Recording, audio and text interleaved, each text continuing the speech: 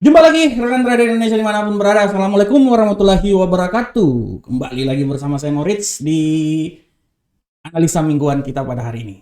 Kita akan menganalisa, kita akan mereview apa saja yang terjadi pada minggu yang lalu. Dan kita akan mencoba memprediksikan pergerakan pasar yang akan terjadi pada minggu depan.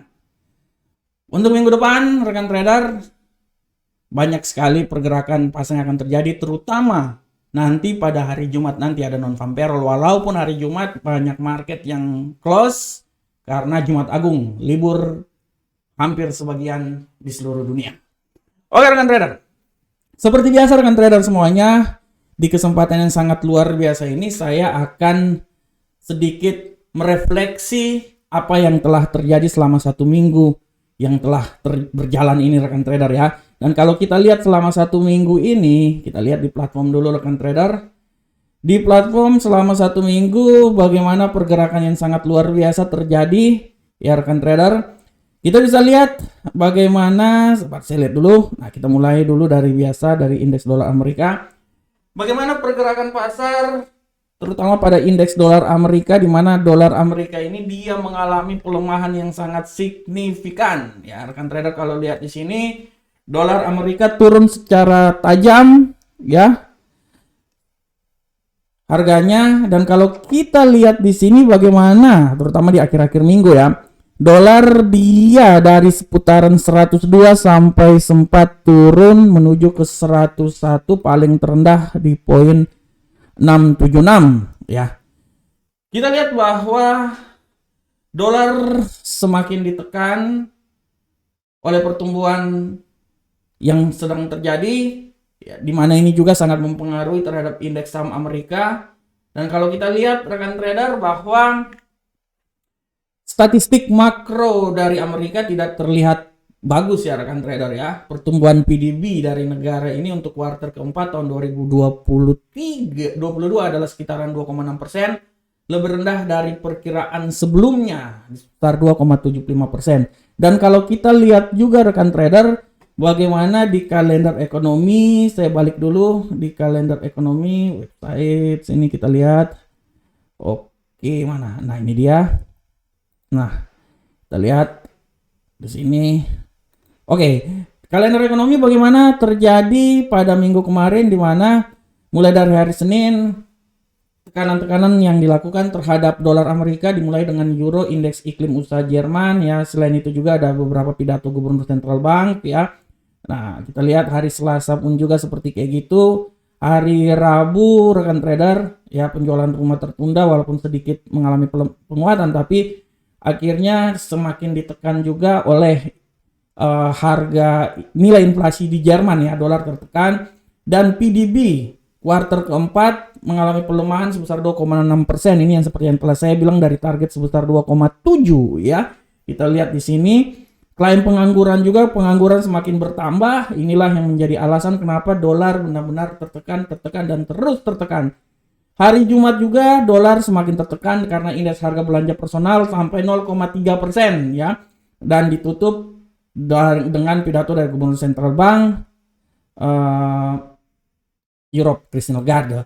Di sini kita bisa lihat dengan jelas bagaimana keadaan yang terjadi terhadap pasangan mata uang. Seperti dengan apa yang telah saya bilang bahwa kemungkinan terendah akan terjadi pelemahan benar-benar terjadi, walaupun saya memprediksikan dia sampai ke 100, tapi dia rupanya sampai di seputaran 101 ya, sampai putaran 101. Begitupun juga rekan trader bisa lihat di indeks dolar Amerika di Euro USD.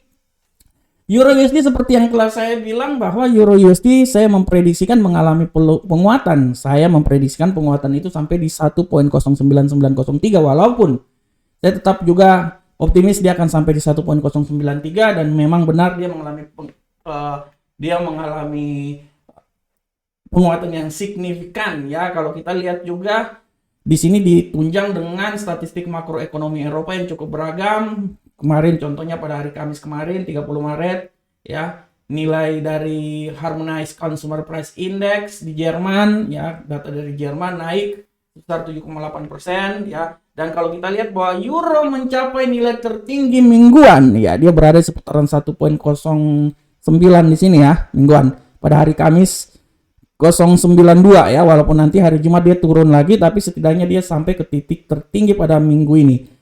Begitupun juga dengan rekan trader kalau lihat dengan pound sterling, rekan trader bisa lihat dengan pound sterling. Di sini pound sterling seperti yang telah saya bilang bahwa pound sterling mengalami penguatan yang sangat signifikan.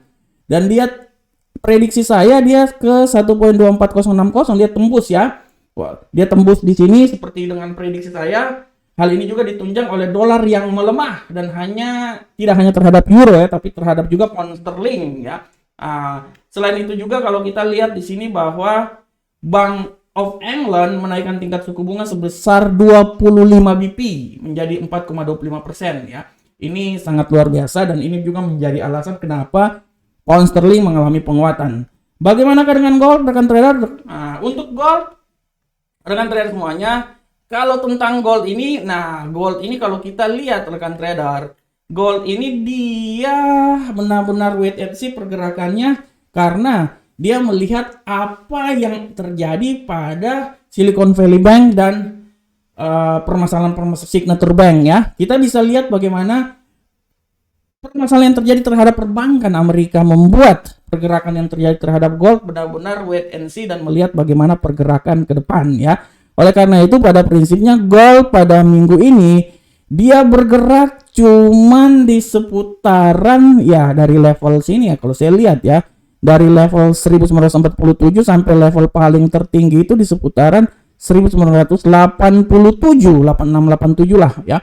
Walaupun dia punya niat bisa sampai ke 2000, tapi rupanya 2000 itu tidak ditembus ya. Dia masih bergerak sekitar sini aja. Dan kita lihat nanti bagaimana ke depan.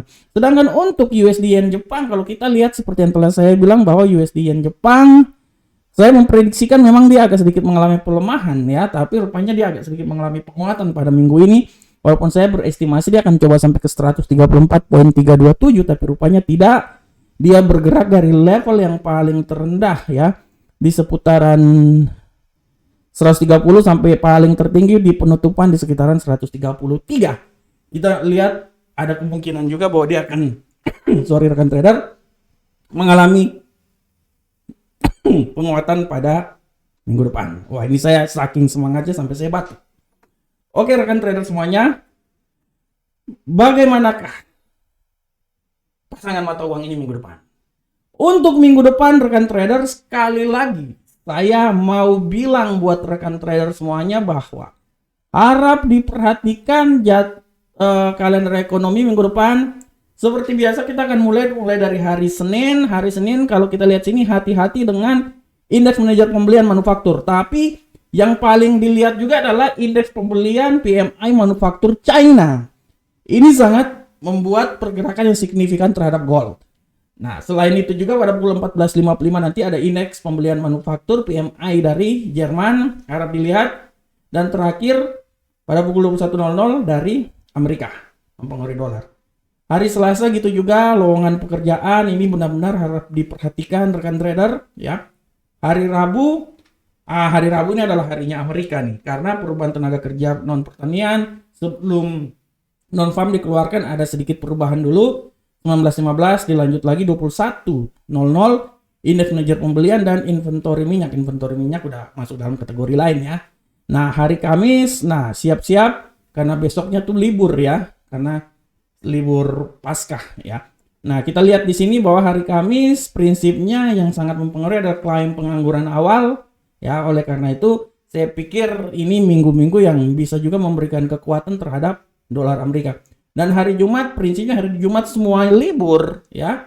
Pasar libur, tapi rekan trader harap diperhatikan nanti 19.30 ada non farm payroll dan 19.30 juga ada tingkat pengangguran. Ini harap diperhatikan. Nah, oleh karena itu secara teknikal kita bisa lihat di sini bahwa untuk minggu depan kalau kita lihat, kita mulai dulu dari indeks dolar Amerika. Indeks dolar Amerika kalau kita lihat di sini rekan trader, dia menurut saya ini dia akan masih tetap stagnan walaupun kemungkinan pelemahan masih saja ada. Ya. Dia tetap stagnan, tapi kemungkinan pelemahan ini masih tetap ada. Saya bisa berasumsi bahwa untuk minggu depan sudah barang tentu rekan trader dia akan mencoba mengalami pelemahan sampai di level paling terendah di seputaran sini 101.045 ya rekan trader ya. 101.045 ya itu perkiraannya, tapi saya bisa bilang bahwa tidak tertutup kemungkinan dia sampai 100.730. Dan apabila dia terjadi kenaikan, saya bisa memprediksikan kenaikan dia itu palingan level tertinggi itu di seputaran sini rekan trader 103. Jadi pada prinsipnya untuk minggu depan pergerakannya tidak terlalu luar biasa ya. Saya bisa bilang bahwa untuk minggu depan nanti untuk pola pergerakan dari indeks dolar Amerika menurut analisa saya, dia akan bergerak di seputaran sini rekan trader. 101.045 sampai 103.371. Tapi harap diperhatikan juga tidak tertutup kemungkinan kalau terjadi pelemahan lebih lanjut, dia bisa turun sampai di level sini 101.730 dan apabila terjadi peningkatan juga level yang paling tertinggi kenaikan itu sampai di level 104. Untuk sampai di 105 menurut saya terlalu jauh. Bagaimana ke Euro USD? Untuk Euro USD kita lihat bahwa tendensi kenaikan masih tetap ada rekan trader. Ya, tendensi kenaikan masih tetap ada. Oleh karena itu, saya bisa bilang bahwa harap diperhatikan oleh kita semuanya. Saya bisa bilang bahwa sabar, saya lihat dulu. Saya lihat dulu di sini. Oh, masih maju. Dia masih naik nih. Menurut saya, pasangan dari Euro USD ini masih punya kemungkinan naik sampai level yang paling tertingginya itu menurut saya di seputaran sini. 1.10483. Ya. Oh, sabar. Nah, sini. Nah, 1.10501 ya, saya masih 10500 lah ya. Saya bisa bilang dia di situ dan harap diperhatikan juga bahwa apabila terjadi pelemahan, menurut analisa saya pelemahan dia itu bisa sampai di level paling terendah di seputaran 1.07895. Oleh karena itu menurut analisa saya untuk minggu depan menurut saya ya dia akan mencoba sampai di seputaran sini rekan trader ya. Nah, dia akan mencoba sampai di seputaran sini. Menurut saya kalau dia turun lebih jauh lagi saya tidak terlalu yakin dia bisa turun sampai di level sini ya, tapi saya lebih optimis dia akan naik sampai level yang paling tertinggi di seputaran 1.10501 dan level terendah di 1.07896 itu adalah nilai dari Euro USD. Bagaimana ke pound sterling? Untuk pound sterling rekan trader saya bisa lihat bahwa pound sterling untuk minggu depan tendensi kenaikan menurut saya ini masih ada rekan trader. Tendensi kenaikan ini menurut saya masih ada dan kemungkinan dia masih bisa mengalami kenaikan lagi walaupun tidak terlalu besar ya. Saya bisa bilang bahwa dia memang akan mencoba naik sampai di level sini walaupun saya tidak terlalu yakin dia bisa naik sampai di level tersebut ya rekan trader ya. Saya tidak terlalu yakin dia bisa naik sampai di level tersebut. Saya bisa bilang bahwa kenaikan dia yang paling tertinggi nanti kalau menurut saya itu dia bisa naik sampai di level 1.124545. Itu menurut saya. Ya, dan siap-siap kalau terjadi pelemahan dia itu paling masuk dalam logika itu di level di sini. 1.22200. Oleh karena itu, saya ambil langkah yang agak sedikit pragmatis. Saya bisa bilang bahwa dia ini akan bergerak antara 1.22200 sampai 1.24545 dan level yang paling tertinggi itu menurut saya di seputaran sini. Ya. 1.25553. Bagaimana ke gold? Nah, untuk gold rekan trader, saya udah bisa bilang bahwa harap diperhatikan hari Senin besok. Tapi secara garis besar, gold ini menurut saya punya kemungkinan besar untuk sedikit mengalami pelemahan. Ya, akan sedikit mengalami pelemahan. Saya masih bisa berasumsi bahwa gold ini dia akan mengalami pelemahan walaupun pada prinsipnya minggu kemarin itu dia lagi stagnan ya. Dia melihat bagaimana kasus yang terjadi terhadap masalah perbankan di Amerika. Nah, tapi saya bisa bilang bahwa minggu depan dia bisa mengalami pelemahan dengan tujuan pelemahan utamanya itu sampai di level 1915 ya. Dan seperti biasa kalau untuk ketinggiannya kenaikannya saya masih tetap yakin bahwa dia akan naik minimal sampai di 2010. Ya, oleh karena itu mari saya ambil level yang paling tertinggi ya di sini ya. Nah, menurut saya dia lemah dan dia bisa melemah sampai ke 1915.68. Saya bisa bilang sampai di situ ya. Saya bisa berasumsi bahwa dia situ. Kalaupun memang dia naik, kenaikan tertinggi dia itu sampai di 2010 udah. Setelah itu udah nggak naik lagi.